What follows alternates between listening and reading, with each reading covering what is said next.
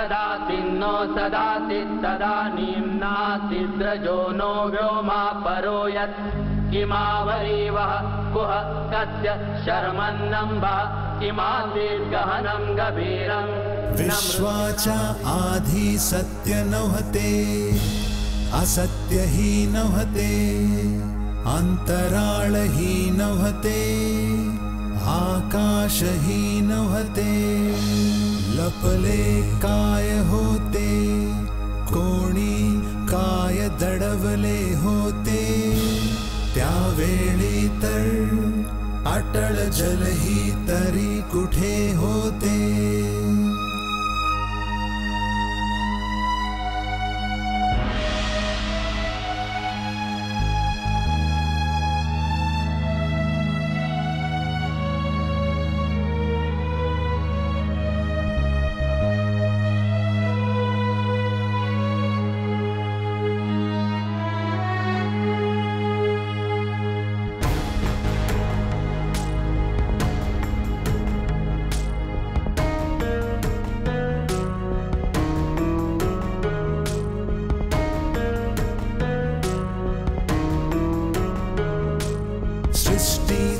कोण करता करता आहे की अकर्ता उंच आकाशी राहणारा नेहमी विश्व प्रमुख असणारा त्यालाच खरे माहित असते की माहित नसते कोण काय जाणे काय जाणे काय जाणे काय जाणे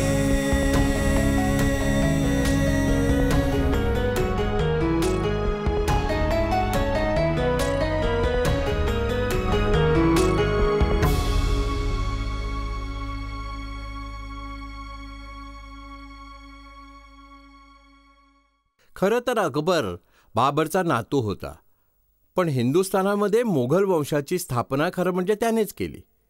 अकबरामुळे मोगल बादशहांचा राजवंश भारतीय बनत गेला. असं सांगतात की महान पुरुषांमध्ये एक आकर्षण होत असतं, लोकांना पूर्ण जे त्यांच्या बाजूला खेचतं. अकबरामध्ये हे आकर्षण आणि मनमिळाऊपणा खूप जास्त प्रमाणात होतं. एका मोठ्या पाद्रीने एक खूप छान विवरण दिलं आहे की अकबराच्या डोळ्यांमध्ये इतकी चमक होती जितकी दुपारच्या भर समुद्रामध्ये असते. मग यामध्ये आणखीन कुठलं नवल की त्याचं चरित्र आपल्याला आज पण लोभावित आहे. शिवाय मग त्याचं शानदार आणि मर्दानी स्वरूप सर्वांपासूनच बुलंद आहे, ज्यांना बादशहा म्हटलं गेलंय. लाहोरहून राजा तोडरमलचा खलिता आलाय. आरोग्य खराब असतं हल्ली. बाकी आयुष्य हरिद्वारला घालवायची परवानगी मागताय. म्हणजे राजा तोडरमल दरबारापासून निराळे राहू इच्छितात. वय झालंय त्यांचं हुजूर.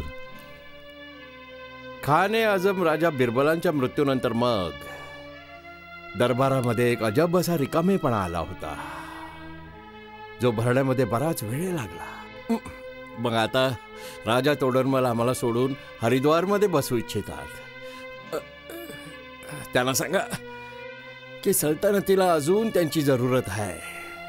खुदाच्या बंद्यांची सेवा खुदाच्या सेवेपेक्षा कमी नाही. हुजुरांचं म्हणणं ते नाही टाळू शकत. आम्हाला पण या गोष्टीचा पूर्ण विश्वास आहे. राजा मानसिंगाची काय खबर आहे? अजमेरवरनं बंगालला कूच करण्याच्या तयारीमध्ये आहेत. हुजूर, तुम्ही मला बोलावलं होतं? मी या तानसेन, तुमच्या संगीताने मला खूपच बरं वाटत असतं. आज थोडी बेचैनीशी होत आहे. थोडं ऐकवा ना काही.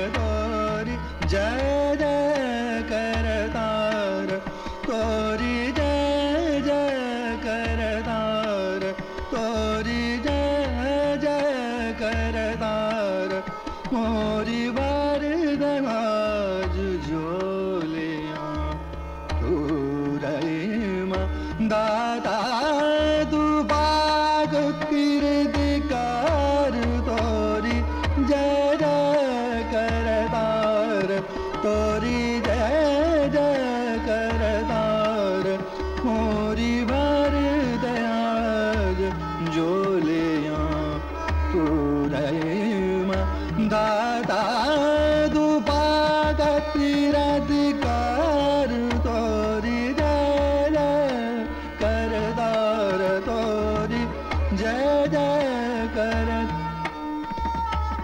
तान सैन को दुसव ज्ञान ध्यान दीजो सब तान सैन को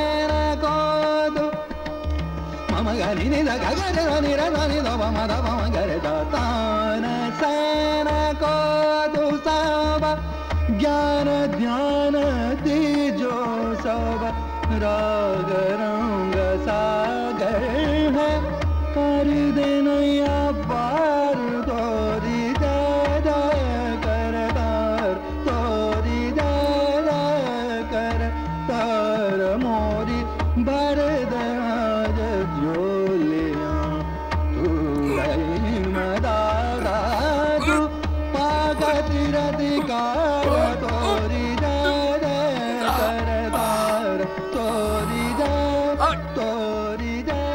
हुजूर हुजूर हुजूर जनाब अब्दुल रहीम लवकर हकीम अलीना बोलवा बादशहांची तब्येत ठीक नाही दिसत आहे हुजूर सांभाळून शेखू बाबा बरं वाटतंय का हुजूर शेखू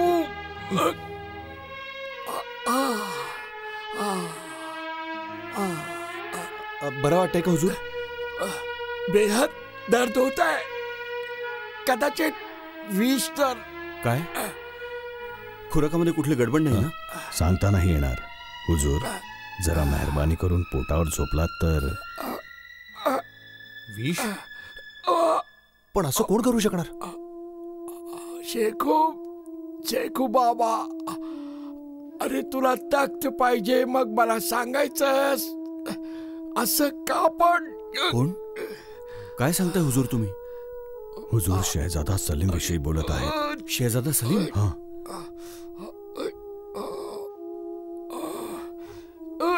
तुम्ही हुजूरांचे जे शब्द ऐकलेत दुसऱ्या कोणाच्या कानावर पडता कामा नाहीत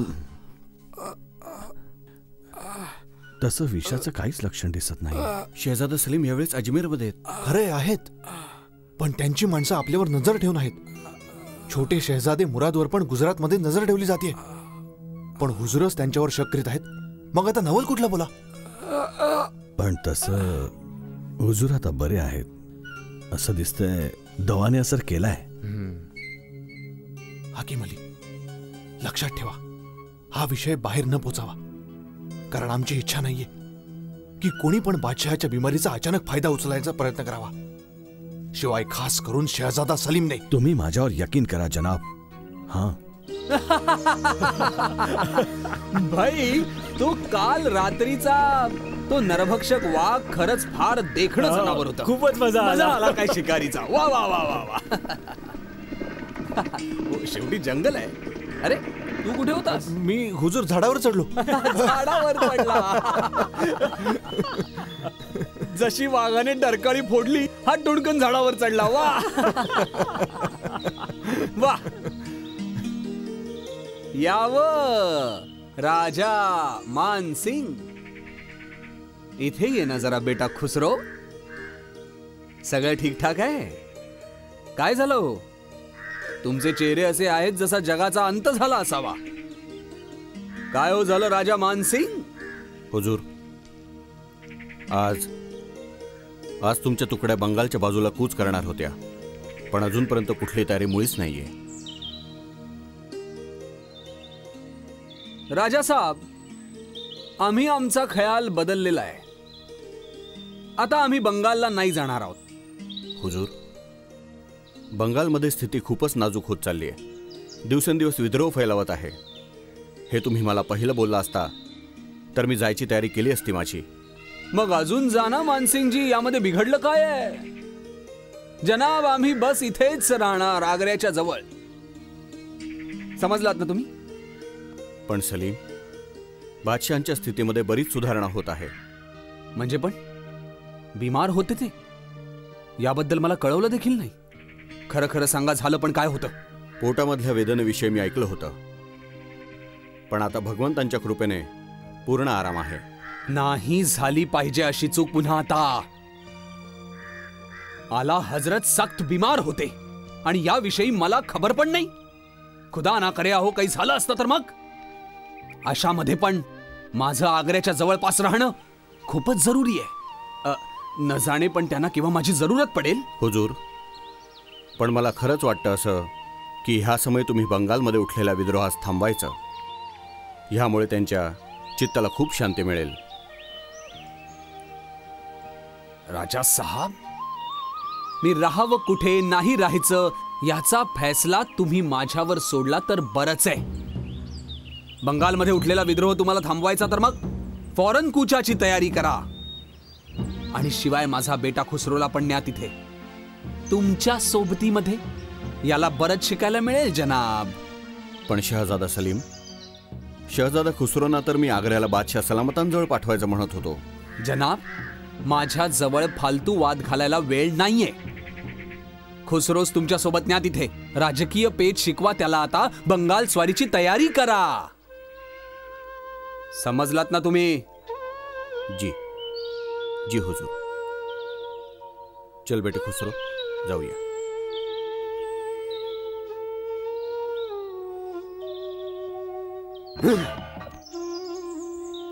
एक अजून मौका गेला हातनं. आला बेग, तुझी माणसं आग्र्यामध्ये काय करीत आहेत?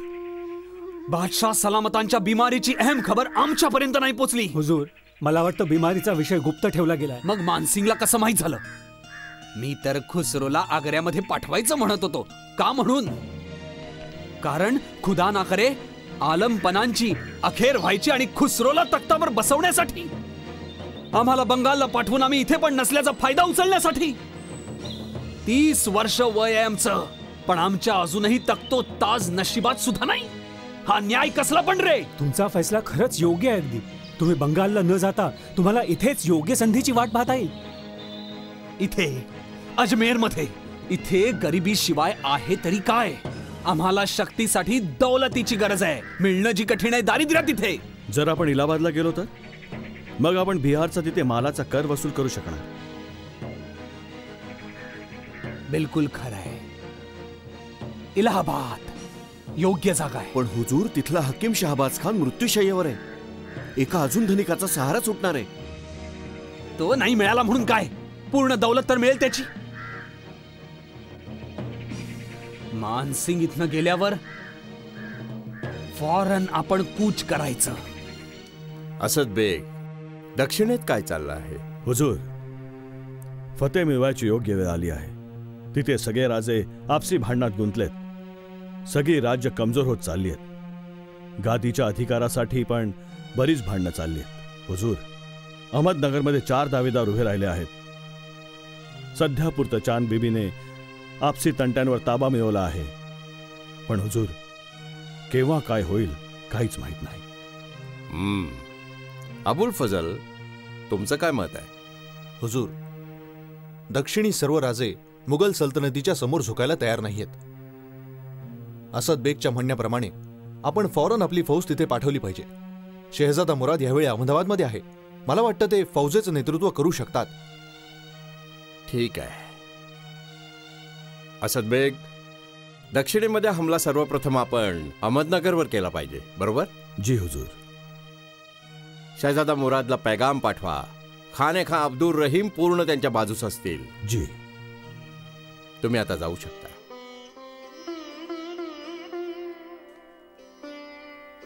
हुजूर, एक खास खबर अजून आहे. मग बोल. म्हणजे ती ही की शहजादा सलीमनी खत पाठवून पाद्री झेवियरला स्वतःच्या जवळ बोलवलंय. शिवाय हुजूर, हो खत इलाहाबादेतनं पाठवलं गेलंय. इलाहाबाद? जी हुजूर. सलीम इलाहाबाद मध्ये काय करीत आहे? आम्ही त्याला अजमेर मध्ये राहण्यासाठी सांगितलं होतं. का म्हणून आज्ञाभंगा? हुजूर, तुमच्या माता मोहतरमा मरियम जनानी आग्र्याहून 8 कोस दूर भेटायला पण त्यांना गेल्या होत्या. म्हणून जास्त माताच सांगते. पण हुजूर, मला असं वाटतंय शहजादा सलीमशी जास्त नरम आता नाही चालणार वागून. सलीमला सांगणं पाठवा. जर तो आमच्या हुकमाच्या खिलाफ इलाहाबादमध्ये वास्तव्य करण्याच्या प्रयत्नात असेल मग त्याने आम्हाला पण बाप न समजावं. शिवाय उलट सुलट मागणी केली त्याने मग त्याविषयी पण आम्हाला फौरन कळवायचं.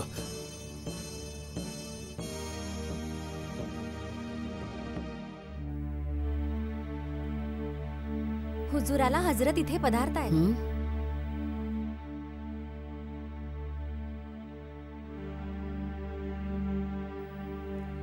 खानू तस्लीम.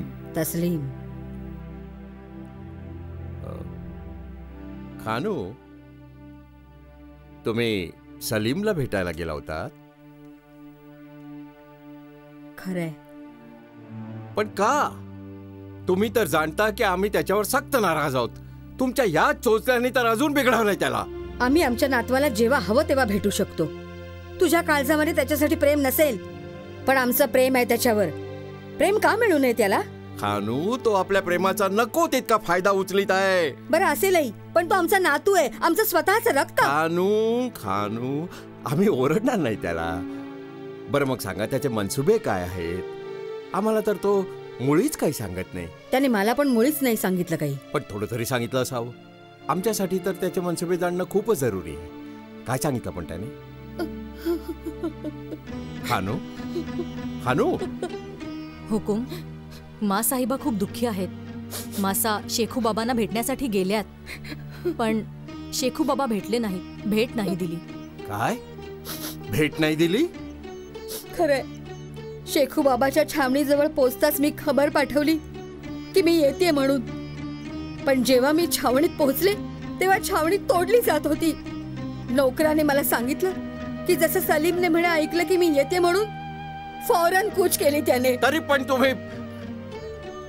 तुम्ही त्याची तरफदारी करत असता. तुम्ही नाही जाणत तो स्वतःच्या मामू जवळ कसा वागतो ते.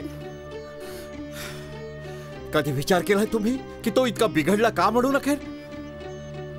जर तो स्वतःचा बेटा खुसरो सारखा नेक सज्जन माणूस असता तर. आता जाऊ दे तू विसर. आता आणखी पुढे नको वाढवूस. शेखू बाबाच तुझा वारस आहे, खुसरो नाही. आता जास्त मला मुळीच नाही तुझं ऐकायचंय. हुकुम, सलीमच्या वागण्यामध्ये जो गुरूर उत्पन्न झालाय त्याला तुम्ही पण जबाबदार आहात. मुराद आणि दानियालच्या तुलनेमध्ये तुम्ही नेहमी सलीमचीच तरफदारी केलीये. शिवाय चुका सगळ्या नजरेआड केल्या त्याच्या. मग तुम्ही? जोधाबाईंचं बोलणं मुळीच मनावर नाही घ्यायचं. जोधाबाईंचा सभ्यपणा स्वतःच्या मुलाच्या हक्कामध्ये मुळीच काही सांगायला देत नाही त्यांना. सलीमला थोडा वेळ दिला जावा. माझी पूर्ण खात्री आहे की तो स्वतःचे रस्ते बदलेलच. मग तुम्हाला म्हणायचंय पण असं की मुराद आणि दानियालच्या तुलनेमध्ये आम्ही सलीमची जास्त तरफदारी केलीये. पण ते दोघे सलीमपेक्षा कुठल्या बाबतीत वरचढ निघालेत? मुरादला दक्षिणेस पाठवलं तर वाद तिथे पण सेनानायकांशी घालायला लागला. मग दानियाल महालामध्ये बसून उलटच काहीतरी करत असतो सारखा, ज्याचा उच्चार करायला पण शरम येते आम्हाला. माहित नाही कशी कुठल्या बाबतीमध्ये कमी राहिली ती. आम्ही तर सगळ्या खुशी स्वतःहून दिल्या त्यांना. चांगल्यातले चांगले उत्तम शिक्षक दिले सर्वांना. मागितलं जे आम्ही दिलं पण तरी पण ते इतके वाईट निघाले. हुकुम, तुमचं चुकलं हे की तुम्ही सर्वांच्या सगळ्या इच्छा फार सहजच पूर्ण केल्या.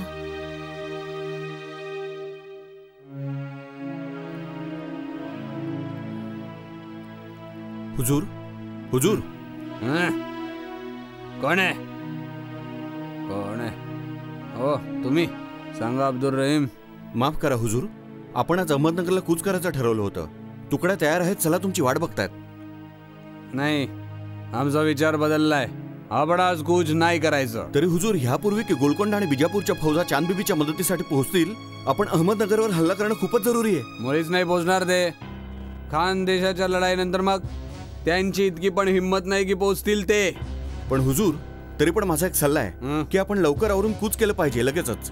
बादशाह सलामत पण आपल्या कूचच्या वेगावर म्हणजे जास्त खुश नाहीयेत, म्हणून त्याने आपल्याला आग्र्याला बोलवण्यासाठी दूत पण पाठवलाय. हे सर्व तुमच्यामुळे होतंय अब्दुल रहीम. जर तुम्ही दर पावलावर माझे पाय खेचले नसते तर आतापर्यंत आम्ही सगळ्या दक्षिणेवर फत्ते नक्कीच मिळवली असती. पण तुम्ही. माफ करा हुजूर, मी नेहमी पण तेच केलंय ज्याने तुमचा फायदा होईल. महामूर्ख, तुम्ही नेहमी तेच केलं ज्याने दक्षिणी सुलतानांचा फायदा होईल. तुम्ही जाणून बुजून पण ते काम केले ज्यामुळे आम्ही कामयाब नाही होऊ शकणार. बरं, हे सर्व यासाठी की तुम्ही पण त्याच धार्मिक पंथांमधले आहात मूळचे ज्यातले ते दक्षिणी सुलतान आहेत. आता आम्हाला अजून तुम्ही मूर्ख नका बनवू अब्दुल रहीम.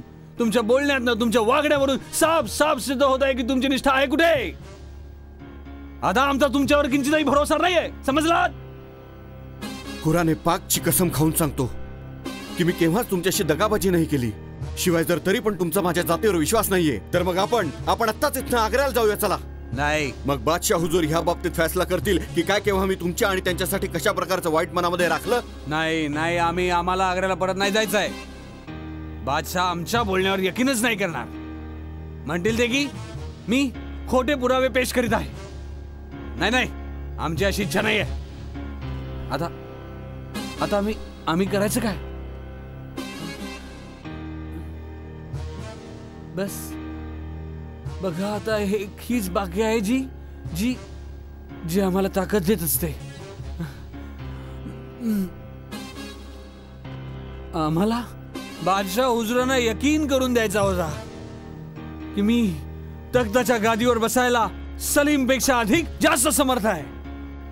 पण काय करणार, सगळी स्वप्न संपूर्ण गेली. हुजूर, मी दूताला काय जबाब देऊ? त्या जसा हवा बस तसा पैगाम पाठवा. पण खुदासाठी आम्हाला एकटं सोडा हो. आम्हाला पण कुठल्याच बाबतीत कुठलीच परवा नाहीये. आम्हाला कुणाची पण मुळीच परवा नाहीये.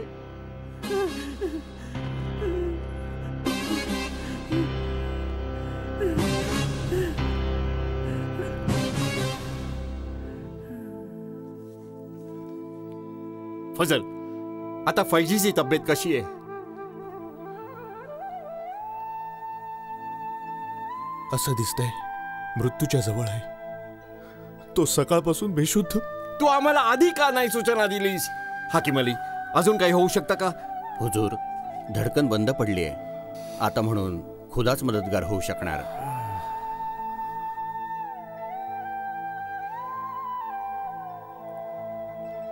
एक अजून जवळचा दोस्त आमच्यापासून लांब चाललाय. आम्हाला नेहमीच भासेल फैजीची उणीव. हुजूर, सर्वच बघ संपून चालला आहे. फजल, आम्हाला तुझी थोडी मदत पाहिजे. हुकूम करा हुजूर. तू दक्षिणेला जातोस, मग तिथनं शहजादा मुरादला परत आणायचंस तू. आमच्या बोलावण्याकडे त्याने मुळीच लक्ष नाही दिलं, मुळीच जवाब नाही दिला. लोक सांगतात तो दिवस रात्र शराब पितो म्हणे. कदाचित आमच्या समोर यायला पण तो घाबरत असावा. पण तू त्याला सांग, आम्ही त्याच्यावर नाराज नाही, बिलकुल नाराज नाही. तू त्याला इथे आण बघू. आपण त्याला शराबच्या व्यसनातनं बाहेर यायला मदत करायची. तो तुझं म्हणणं जरूर मानेल, माझी खात्री आहे. तू जाणार ना? जरूर जहापना, जरूर.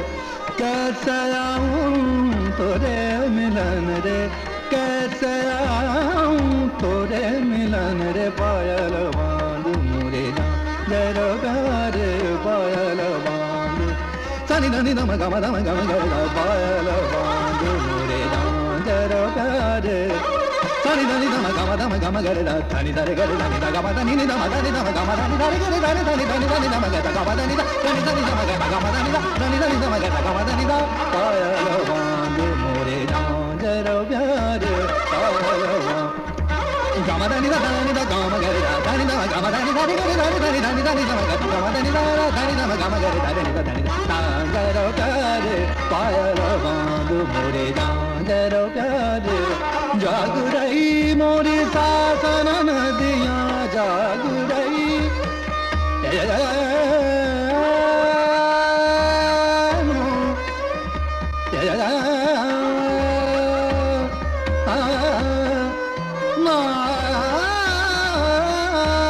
जाग रही मोरी सासन नदिया जाग रही तनि तनि नम गम गम गर तनि तनि गर तनि गम तनि नम तनि नम गम तनि तनि गर तनि तनि तनि तनि नम गम तनि तनि तनि नम गम तनि तनि नम गम तनि तनि नम गम गर तनि तनि गर तनि गम तनि नम तनि नम गम तनि तनि गर तनि तनि नम गम तनि तनि नम गम तनि तनि नम गम तनि तनि नम गम गर तनि तनि गर तनि गम तनि नम तनि नम गम तनि तनि गर तनि तनि नम गम तनि तनि नम गम तनि तनि नम गम सासन नदिया जाग रही मोरी सासन नदिया पिया डरा लागत रैन अंधेरी पिया डरा लागत रैन अंधेरी पायल बांधु मोरे डांजर प्यारे पायल बांधु मोरे डांजर प्यारे कैसे आऊं तोरे मिलन रे कैसे आऊं तोरे मिलन रे पायल बांधु पायल बांधु पायल बांधु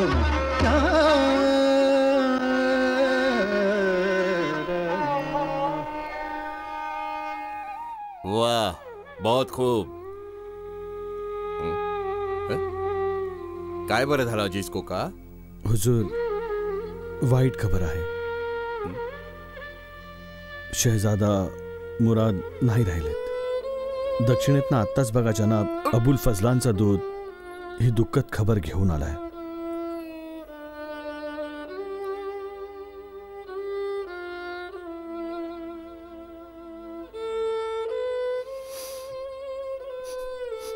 हुजूर जनाब फजलने ही खबर पाठवली आहे की फौजेची हिंमत तुटून गेली आहे, म्हणून त्यांना फक्त तुमच्या हुकमाची प्रतीक्षा आहे.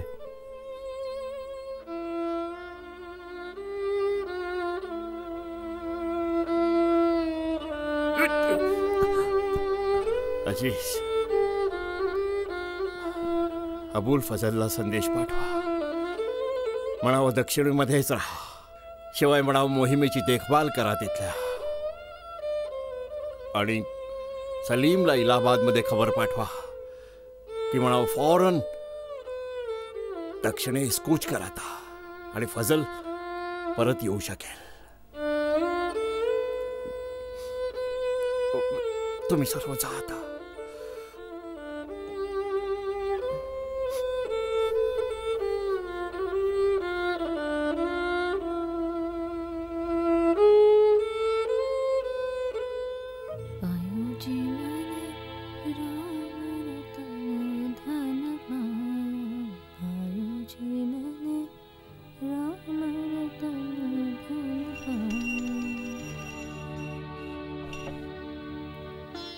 हुकुम तुम्ही तुमचं कधी येणं झालं?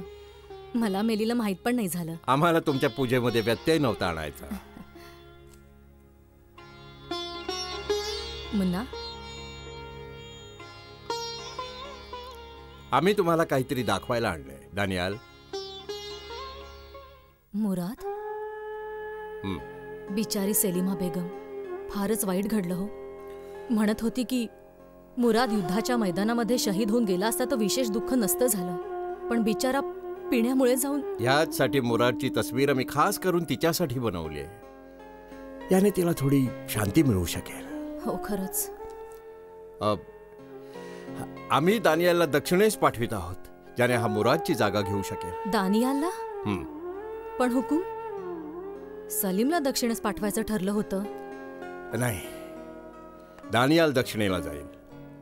आम्ही फजलला सांगणं पाठवलंय तोपर्यंत त्याने अहमदनगरवर हमला नाही करायचा, जोपर्यंत दानियाल तिथे नाही पोहोचणार आहे. आमची मनापासून इच्छा आहे की दानियालने दिलेल्या हुकमानेच आमची फौज फत्ते नक्की मिळवणार. दानियाल खूप जोशामध्ये आहे, हो ना दानियाल? खरंय आला हजरत. हा तुमचा आशीर्वाद घ्यायला आलाय. सुखी हो बेटा, युद्धात विजय मिळवून ये.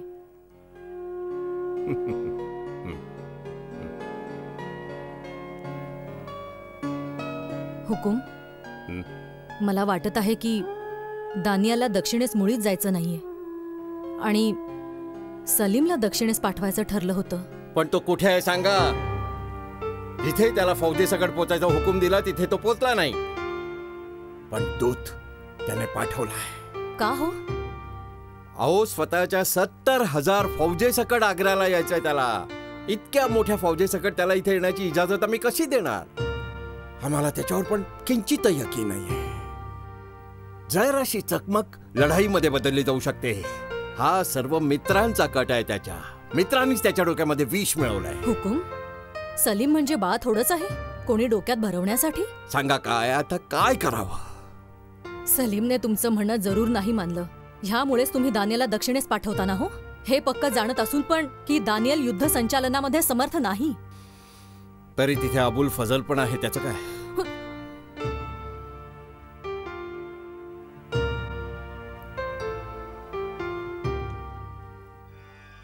वा, खूप. आपण अहमदनगरवर फत्ती मिळवलीच. बऱ्याच दिवसांनी आम्हाला कुठली चांगली खबर मिळाली आहे.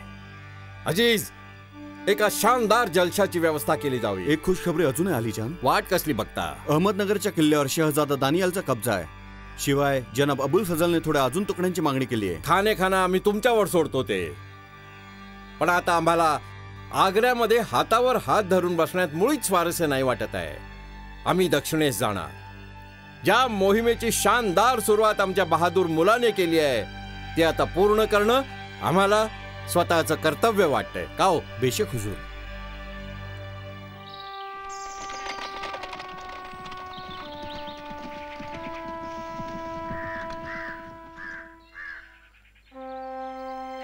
खाना असीरगड किल्ल्याच्या आत जायचं? अजून नाही हुजूर, सफाई होऊ द्या जरा. मी स्वतः सकाळी किल्ल्याच्या आत गेलो होतो. जिकडे तिकडे सगळी प्रेतं वाईट अवस्थेमध्ये पडली आहेत. आपल्या शिपायांनी कहरच मोठा केलाय हुजूर. जर पोर्तुगाली तोफावण सोबत असता तर चढायला मग अजूनच मजा आला असता. पण पोर्तुगाली हुकमरानांनी आमच्यासाठी तुमच्या फार प्रिय पाद्र्यांनी मदत करण्यास साफ इन्कार केला हुजूर. यासाठीच आम्ही म्हणतो की कुणाकडून जास्त अपेक्षा करणं ठीक नाहीये. याने मग निराश व्हायला नाही होत.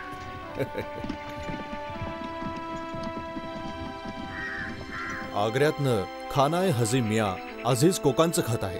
वाचा जरा. लिहितात की शहजादा सलीम मोठ्या संख्येने घोडेस्वार फौजेसकट लढाईचा मनसुबा घेऊन आग्र्याच्या बाजूने येत आहेत.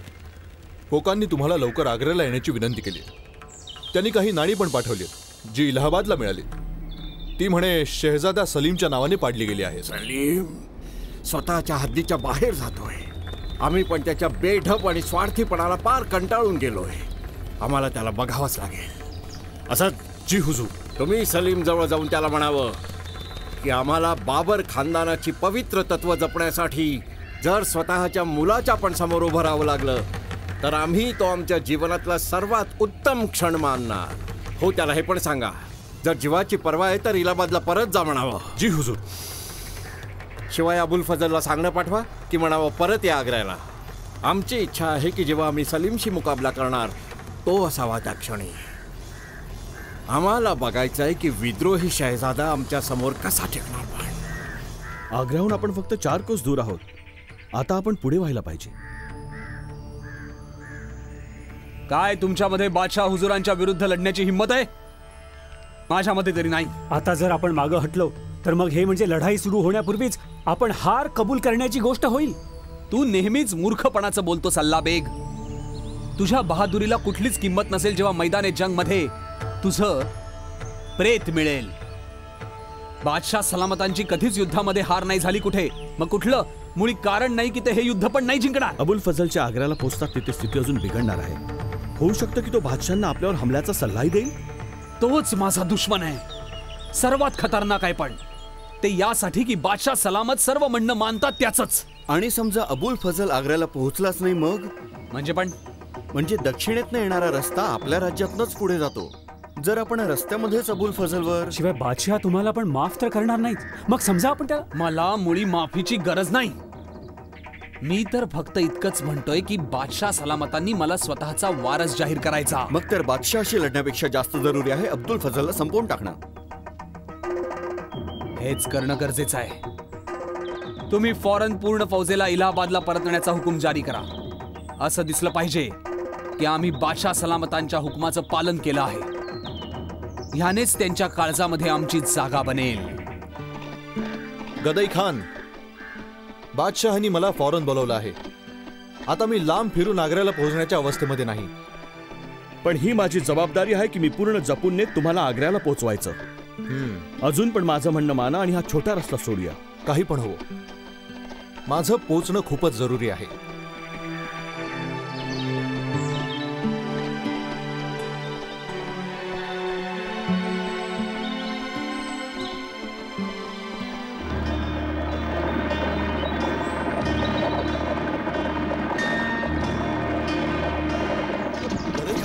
कोण आहे ते सर्व? हुजूर, हे कोण आहात तुम्ही? हे सर्व काय चाललंय? तुम्ही इकडनं निघा. या सर्वांना बघून घेतो. तुम्ही जा इथून.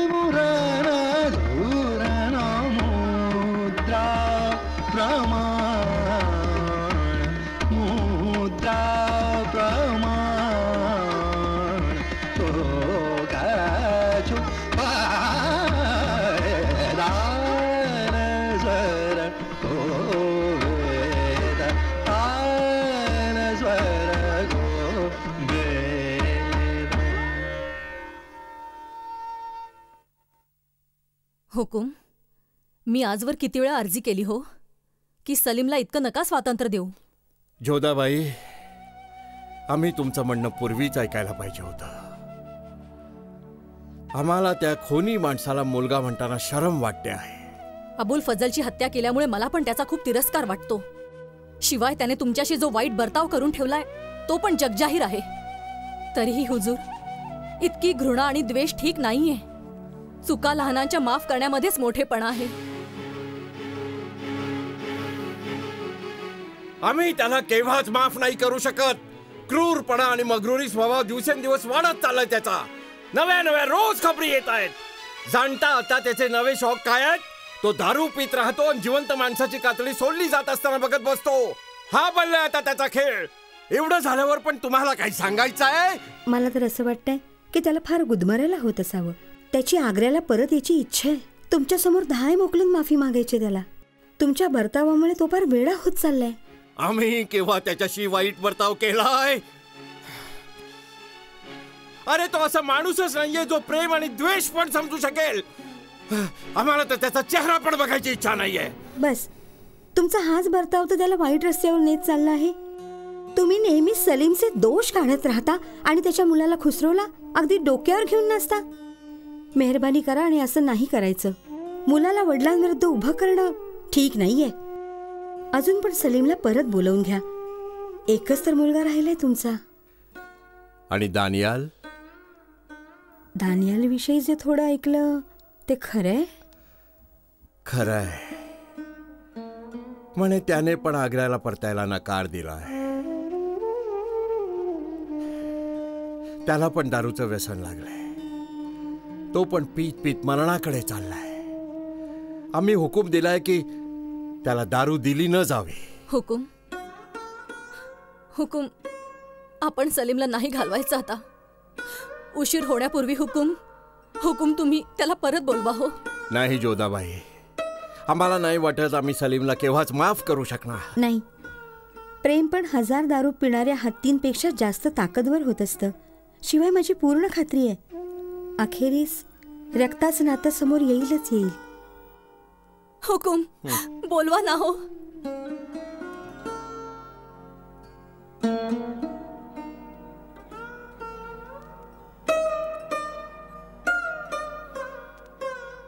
मग ठीक आहे, तुम्ही त्याला पैगाम पाठवा की म्हणावं परत ये.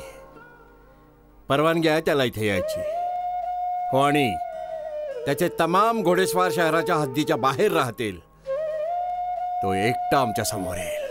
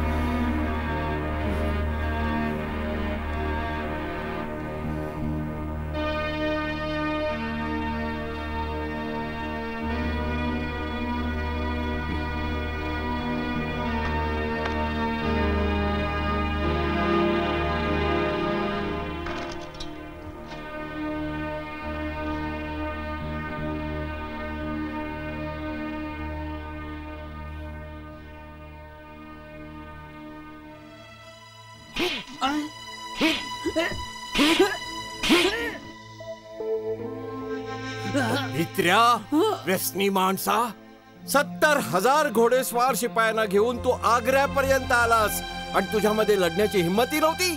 अरे तू स्वतःला पुरुष समजतोस. पण तुमची इच्छा होती की आम्ही तुम्हाला लढाईचं आमंत्रण द्यायचं, किल्ल्याचे दरवाजे उघडून द्यायचे आणि सांगायचं की या तख्तावर बसा आता. इतकंस तोंड घेत तू दरबारामध्ये आज झाला उभा का याच सामर्थ्याने तू लढण्यासाठी आला होता?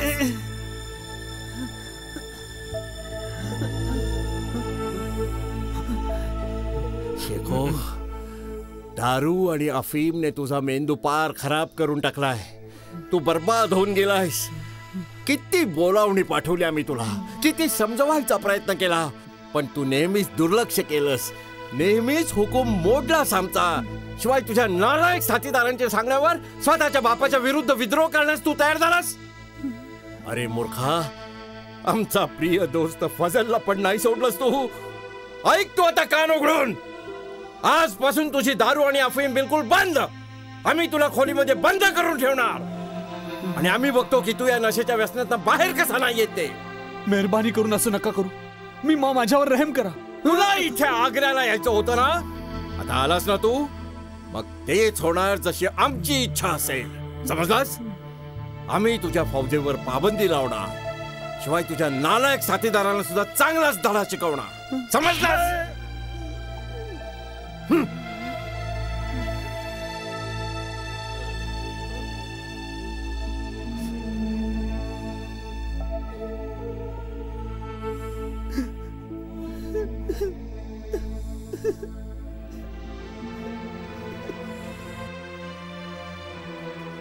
कोण आहे?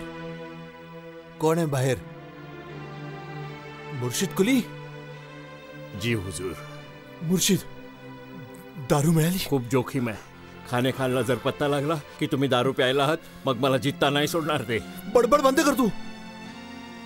अरे माझी बंदूक तुझ्याजवळ आहे म्हणजे तू नक्कीच दारू आणलीस यात. पाज पाज लवकर पाज.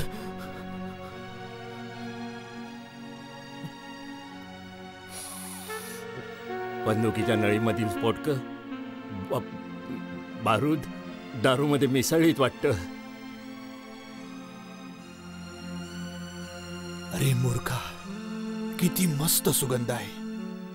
यापेक्षा चांगली दारू आजपर्यंत नाही मिळाली मला.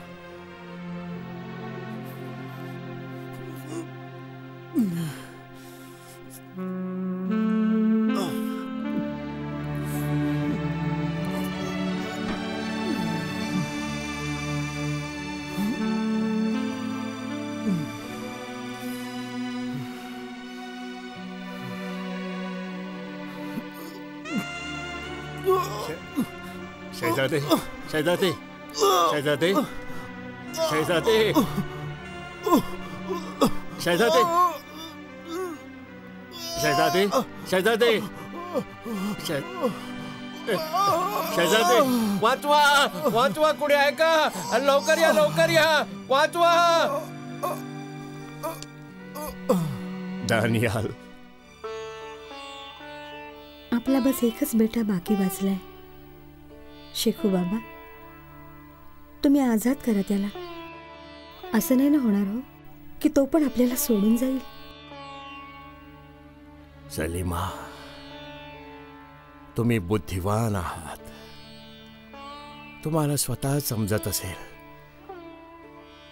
की शेखू बाबाला दुसरा कोणी नाही, पण तो स्वतःला बर्बाद करीत आहे. आमची मुळीच इच्छा नाहीये की आम्ही त्याच्या किंवा स्वतःच्या नशिबाशी लढायचं. बस एक अपेक्षा होती की कमीत कमी एक असा मुलगा आमचा समजू शकला असता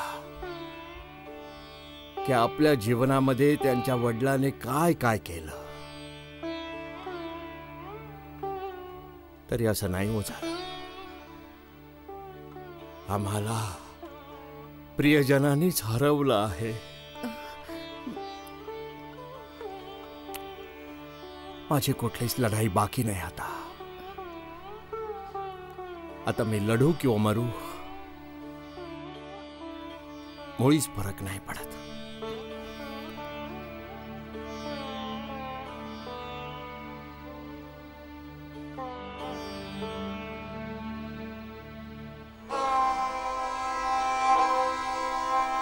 मी दवा बघा अजून किती पण दिली, त्यांच्या शरीरामध्ये रोगाशी लढण्याची ताकदच राहिली नाही. बोल फजल,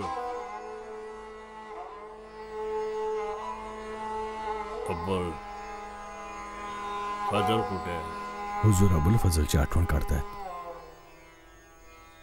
हुजूर, वेदनेची हार नाही मानायची.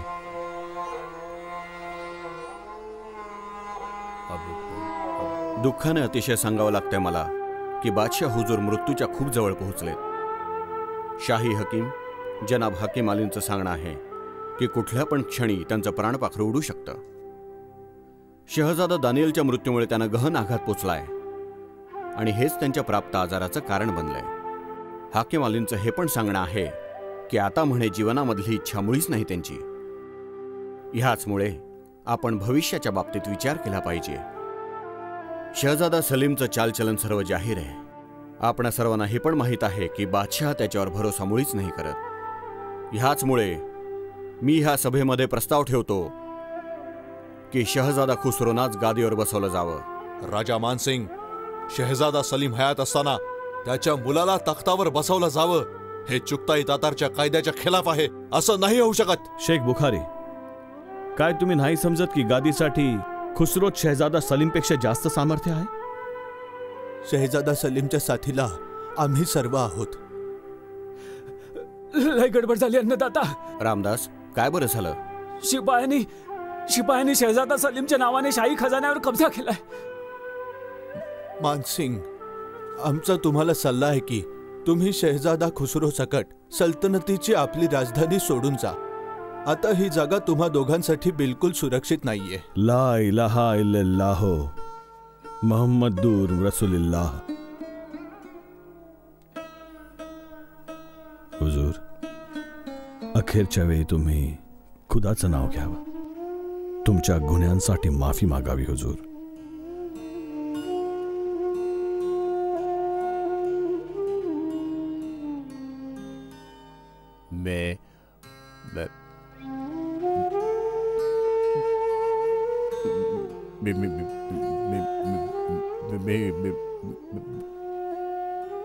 शहजादा सलीम आमच्या सोबत चलावं. कुठे? बादशाह हुजुरांजवळ. पण तिथे धोका नाही ना? नाही नाही, तुमचा हक्क हिसकावणाऱ्यांची हार होऊन गेली. राजा मानसिंग आणि खुसरो सल्तनतीची राजधानी सोडून पळालेत. पण याच्या पूर्वी की पुढील कारवाई होईल, तुम्हाला विश्वास द्यावा लागेल की धर्माच्या प्रगतीसाठी तुम्ही काम करणार आणि तुमचे दुश्मन मानसिंग आणि मुलगा खुसरोचा कुठल्याच प्रकारे बदला नाही घेणार. वचनबद्ध आहात ना? आहे हुजूर. शहजादा सलीम आले आहेत.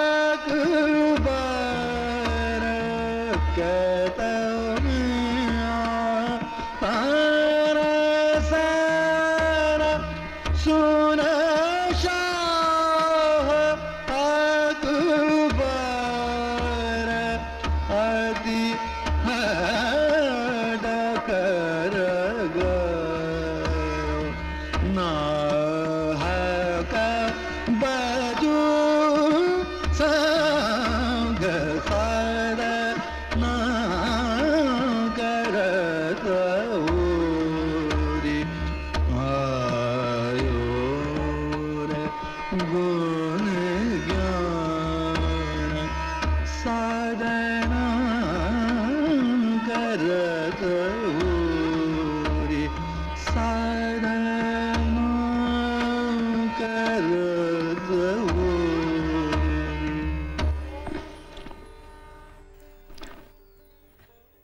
जवळजवळ 50 वर्ष अकबराने हिंदुस्थानावर राज्य केलं.